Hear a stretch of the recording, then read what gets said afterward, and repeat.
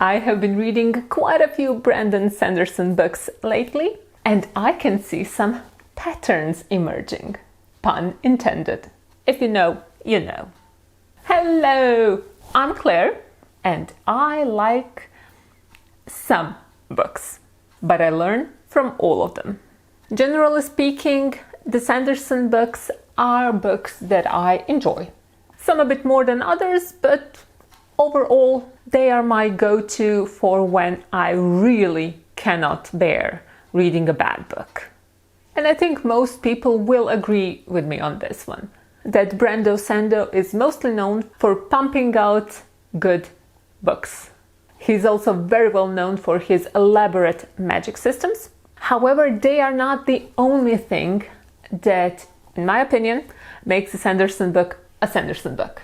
What I'll try to do now is list those things that I have seen repeated in several of his books and maybe comment a bit on why I think that works. I'm going to try to start with the most noticeable things that repeat in the most novels and then try to hone in on the details. I probably won't succeed in it 100%, but I'll try. So the first thing that would come to mind, apart from the magic system, is that Brandon likes to take us into several people's heads. So we have different points of view from different characters, which in the beginning are often on different sides of the world, from different social standings. And I think this is the part that makes it a bit daunting to new readers, because you yet have not developed the trust in Sanderson that you need to have that all of these separate plot lines are going to converge into one big cohesive story in the end.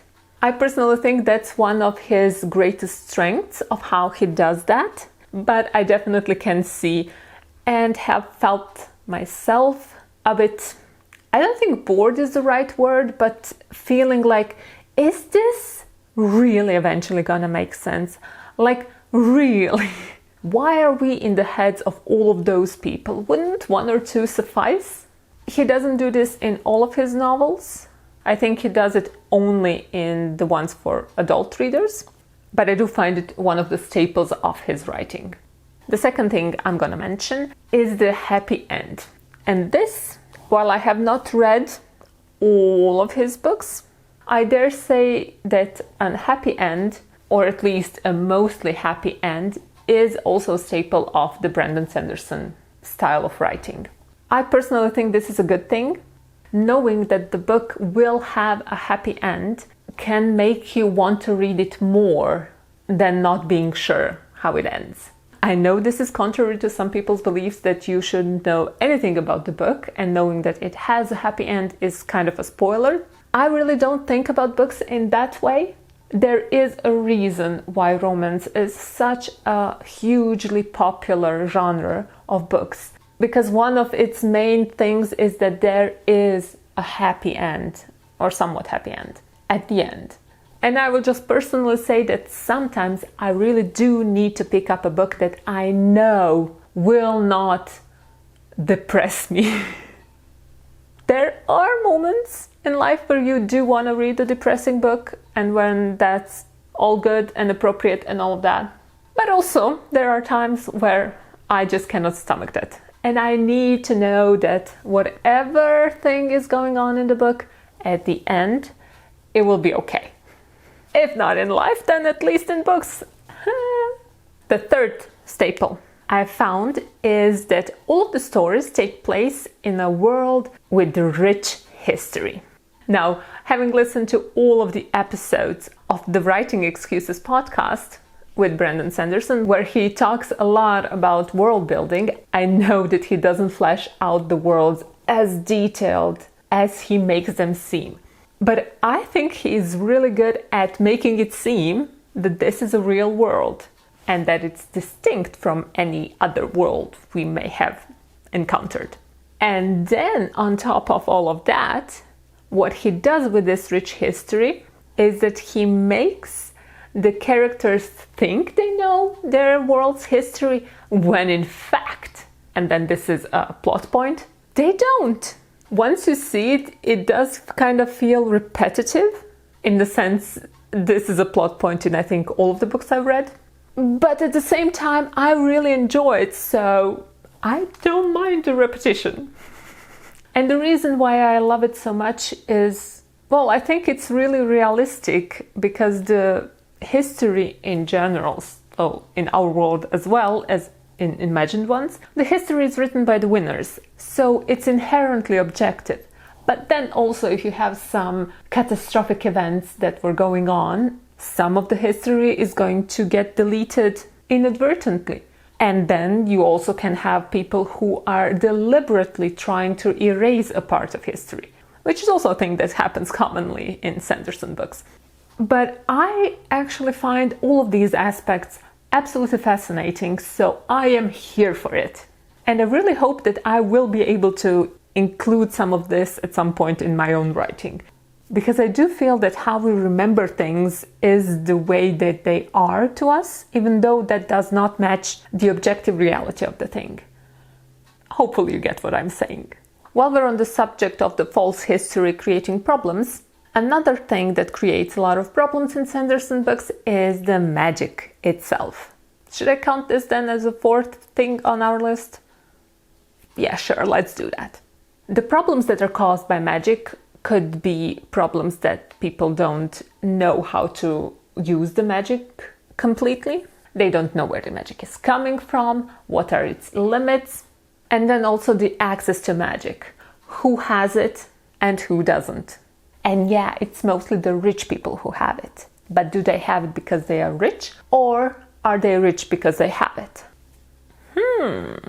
I find it interesting how the problems that are created by magic are often solved by magic, but not just by the same type of magic, but by the characters, the main characters, figuring out how to use the magic in a different way, and then solving the problem by using the magic in that specific different way.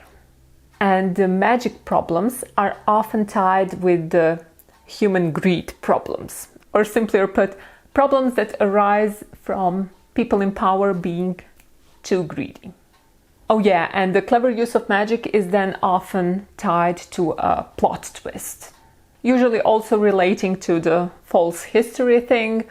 I told you he was good at weaving different threads together to make them fit.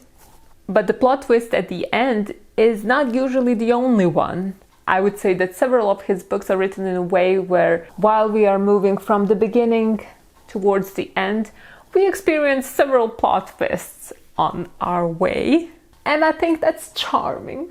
I think that plot twists, when done well, but they have to be done well, just make the story more interesting. And most plot twists you can achieve by simply choosing which point of view character are you using for which chapter.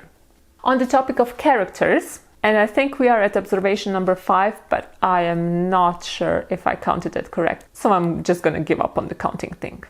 So on the topic of characters, Brandon's characters are mostly good or evil. And now this is a thing that I feel like could be better. In the sense, I like it when some characters do have some grayness in them, but Sanderson doesn't generally do that. Which is, also fine. It suits the types of stories he's telling. But I do have to say here that when he takes us to the point of view of the evil guy, he lays it on thick. And I mean, if you didn't hate that guy before, now you're gonna call the police to report a fictional character. Yes. I would personally love it if it was a tiny bit toned down, and then maybe even if the audio narrator wouldn't talk in an evil voice, that condescending, like it's excellent, I love that voice, but reading a whole chapter in it, also with the words.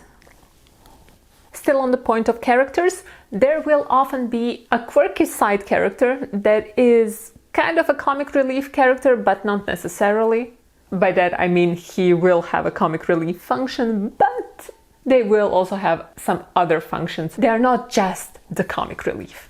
They will keep changing hats, or they will keep changing pets, or they will just have weird stories to tell, something like that. And then for the last thing that I'm going to mention is that in the end, oftentimes the hero is required to do some self-sacrifice. I also like this because it does come into this happy but not necessarily too happy ending. I don't really like too happy endings, but I do think that he pulls off these, well, satisfying endings. And that might be his greatest point. The endings, I mean, as I've mentioned several times in this video by now. So yeah, overall, I would say all of these things and possibly many more, but I just haven't noticed them yet. And if you have, do tell me in the comments down below so I can educate myself. Until the next time you click on one of my videos, bye bye. I think I told you at some point that I had only like 10 hours left of a book. Yeah, finished that one. Now I'm 34 hours in another book, and that means I have only 21 hours left.